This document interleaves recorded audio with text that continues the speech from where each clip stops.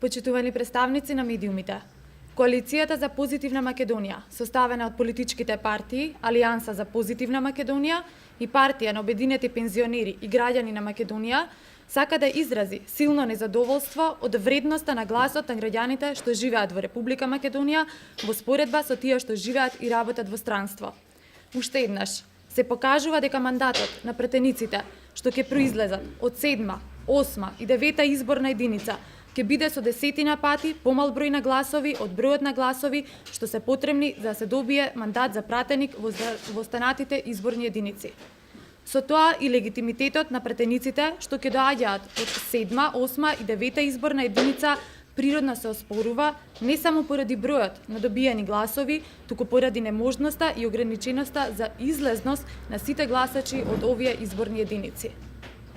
Од друга страна, поделеноста на територијата на Република Македонија по неприродни изборни единици го попречува правото да сите граѓани на Република Македонија да имаат свои легитимни представници во законодавниот дом.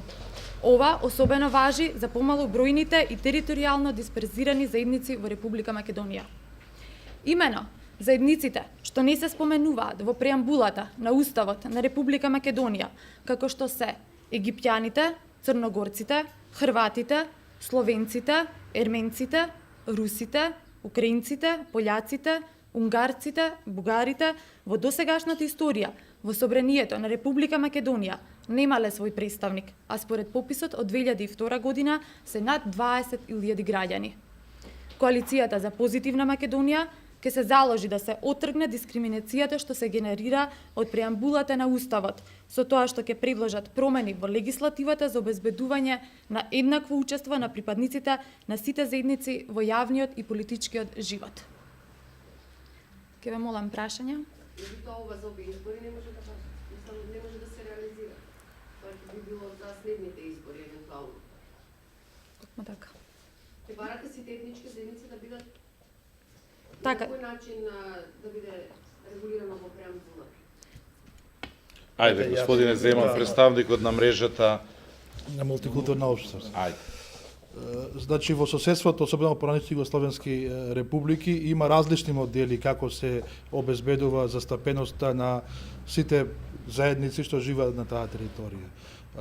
Како, например, хрватскиот модел, српскиот модел, црногорскиот модел, па дури косовскиот модел, каде што обезбедува да сите заедници да имаат дали резервирани места или да имаат застапеност, па дури и ротирање, тоа е во Хрватска на сите заедници кои се помалу бројни во Хрватскиот сабор, например.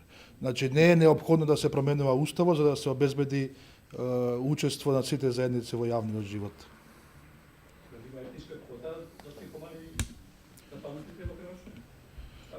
Во Хрватска има, зависно од бројот на бројноста на одредена заедница, например имаат маđарите, србите, имаат одредени 3-4 пратеници, а македонците, например, се застапени заедно со албанците, словенците и црногорците и тие избират еден заеднички, едно резервирано за заеднички да изберат еден пратеник во Хрватскиот сабор.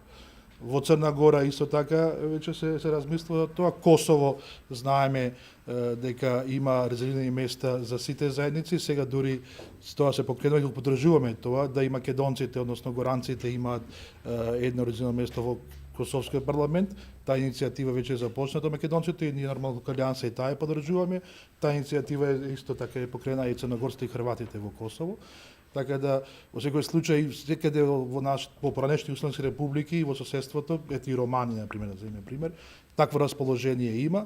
За жал во Македонија, со така наречени споменувани и неспоменувани заедници во преамбулата на Уставот, се ограничува тоа право, а дури и тие што се во преамбулата на Уставот, за жал мора да коалицираат со поголемите партии за да може да учествува во парламентот. Значи се уште нема механизам како да се обезбеди со застапено се чуе гласот на сите заедници што живеат во нашата држава.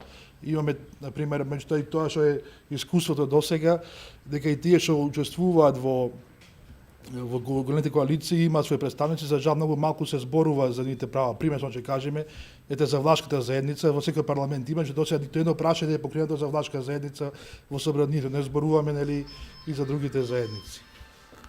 така што ова коалицирање ги занемува, да кажеме, и заедниците. Значи треба да има друг модел кој што ќе обезбеди да се чуе гласот и потрети на заедниците.